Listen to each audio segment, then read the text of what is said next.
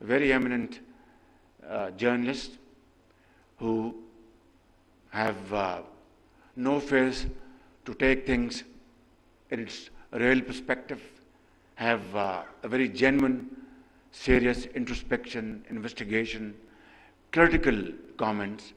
They would ask this question, that why this SIFC? This is something unheard of. This is something we didn't know in the past. Well, the journey I've just explained to you, spanning over the last 75 years, has landed Pakistan into this situation where we want to get rid of our begging bowl and yet we can't. Where we want to really become honorable and respected, yet we need to work hard for that. And if we follow that route, which is hackneyed, which is tried, which has been tried over and over again, I think the results won't be different. And I'm one of those who believe in reality. I don't live in cuckoo's land or a fairy land. We must understand our ground reality. Look at what NAB has done to this entire system. If you talk about business community, they are dead scared because they have seen this in the past preceding years, how NAB nabbed them. Just because they invested in Pakistan, they created job opportunities and wealth for this country. How NAB treated bureaucrats, those who really contributed meaningfully and were of this view that if they come out with solutions, out-of-box solutions, which will not violate the law of the land, this country will move speedily. Look what happened to them, to their families, to their school-going kids, children. And let's not talk about politicians because they are used to this, not only during NAB era, but from decades.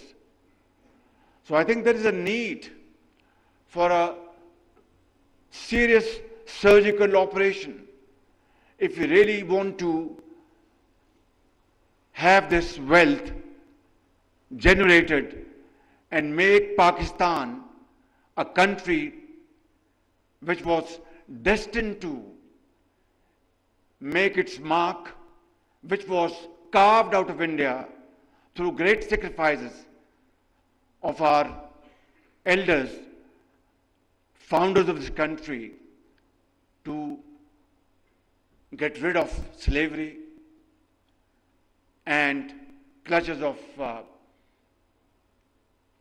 Indian hegemony and move forward and walk in the society as a nation respected by all and sundry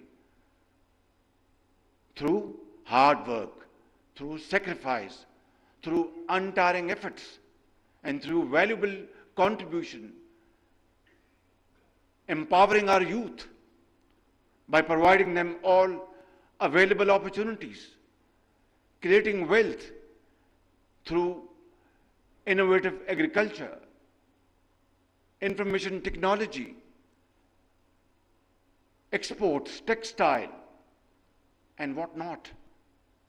But all these beautiful dreams remain unfulfilled for the reason I've just mentioned about. I will be completing my term next month, around middle of next month. Sorry, this month. Thank you very much. I was very busy for the last 48 hours. Our Chinese guests had come, so I was little confused. Thank you very much. But then we are entering into the second phase of CPAC, and that's a great achievement by the grace of God. We want to work with Americans. The American ambassadors sitting here. We really want to have best of relations with them. We used to have in the past on the basis of mutual respect and trust, and not trying to deceive each other, and trying to use available opportunities for the good of both the countries and the people, and similarly with other nations in the world. We have nothing against anybody. We have to look after our own self, build our nation. Even with our neighbor, we are prepared to talk to them, provided that the neighbor is serious to talk serious matters on the table. Because war is no more an option. Pakistan, alhamdulillah, is a nuclear power, not as an aggressor, but for our defense purposes. And we had 3 wars fought in the last 75 years. And what happened? I'm being very honest with you. It generated more poverty, unemployment, and lack of resources to finance education, health, and well-being of the people. So is this the way that we have to adopt? Or to have war of economic competition? Because God forbid, if there's any nuclear flashpoint, who will live to tell what happened? So that is not an option. But it is equally important that our neighbor has to understand that we cannot become normal neighbors unless abnormalities are removed, unless our serious issues are understood and addressed to through peaceful and meaningful discussions. I'm sorry for this digression. Coming back to the point, today is the day, ladies and gentlemen, we have to make a vow and a serious commitment to our Creator that Pakistan एक बहुत बड़ी नेमत अल्लाह ताला ने हमें अता की, और 75 साल हमने पाकिस्तान के साथ जुल्म किया है, पाकिस्तान के गरीब अवाम के साथ ज़्यादती की है, उनका हक उनको अदा नहीं किया। आज ये मौका है कि आज हम यहाँ पर पूरे पाकिस्तान की एलीट बैठी है, यहाँ पे पाकिस्तान के यहाँ पे सरमायाकार बैठे हैं, बड़े बड़े अजान बैठे हैं, सियासतदान बैठे हैं, फौजी बैठे हैं, डिप्लोमेट्स बैठे हैं, और इस फील्ड से मुतल्लिका लोग वो मौजूद हैं। मैं जो बात कर रहा था कि इस माह हमने अपनी टर्म पूरी करके अपने घर जाना है और एक इंटरिम गवर्नमेंट आनी है, उसके बाद जब इलेक्शन होंगे तो एक नई हुकूमत आएगी। मैं आज अगर आपके सामने ये बातें जो कर रहा हूँ, ये कोई नई बातें नहीं कर रहा। मैंने माजी में भी हमेशा इन्हीं अल्फाज में, टूटे फूटे अल्फाज में अपनी दास्तान, अपनी जो मारूजात आपके सामने रखी। आज बदकिस्मती से माशरा तकसीम दर तकसीम हो चुका है। आज बदकिस्मती से माशरे में जहर घोल दिया गया है। उसकी वजूहात हम सबको इल्म है, उसमें मुझे इस वक्त नहीं जाना, लेकिन क्या यही वतीरा, यही तरीका है कि हम आज ये जो प्रेजेंटेशंस यहाँ पर पेश हुई हैं और ये जो यहाँ पर एक नक्शा आपके सामने बताया गया, क्या इस तकसीम और इस हाल में हम इसको इस पर अमल पैरा होंगे और इससे नताइज हासिल करेंगे? नहीं, जब तक कि यकजहती और एक इत्तेफाक, इत्तेहाद हम उसका फैसला न कर लें, मैं समझता हूं कि हम अपनी काविशों में कामयाब नहीं हो सकते। और उसके लिए यही जो आज जो मॉडल बनाया गया है SIFC, इसमें पूरी हुकूमत और हुकूमतें शामिल हैं, सूबों की इदारे शामिल हैं, ताकि जहां से किसी को मदद चाहिए वहां से मदद हासिल करे और इन अजीम मंसूबों को अमली जामा पहनाए।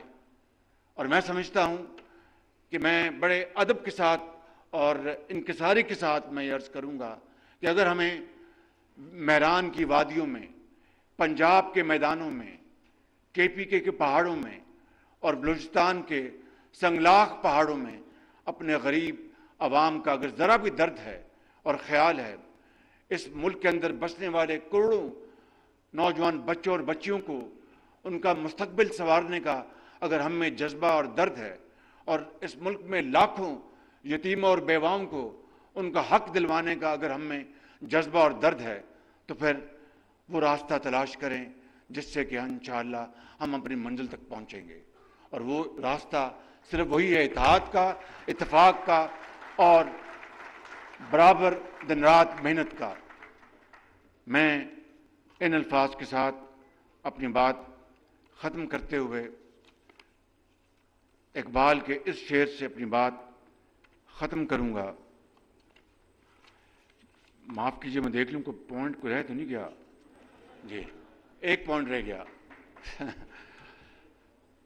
it's a story of dust to development, but we have seen this story of sand dunes to development in the recent years and recent decades in the Middle East, in Gulf State, in Saudi Arabia, in UAE.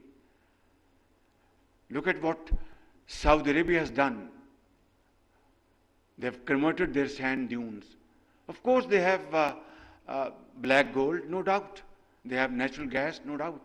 But we have these trillions of dollars of worth, natural resources, water, great brains sitting in front of us in all walks of life.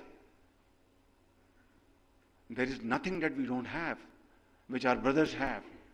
Of course, in different shapes and colors. So, if sand dunes could be converted into great models of progress and prosperity by our brothers, sitting here and sitting there, in UAE, in Qatar, in Saudi Arabia, in Kuwait, why can't we convert our dust into gold? That is the point at issue. So, the answer lies in completely getting rid of red tape, bureaucratic hurdles, delays, lack of decision making. Our State Minister Musaddiq, he's a brilliant person. Believe me, I'm not trying to flatter him. I'm not in this habit. But this is a fact. He's a brilliant person. I always pray that Allah grants him the power to take decisions. He will turn around things, inshallah. So I think we have everything.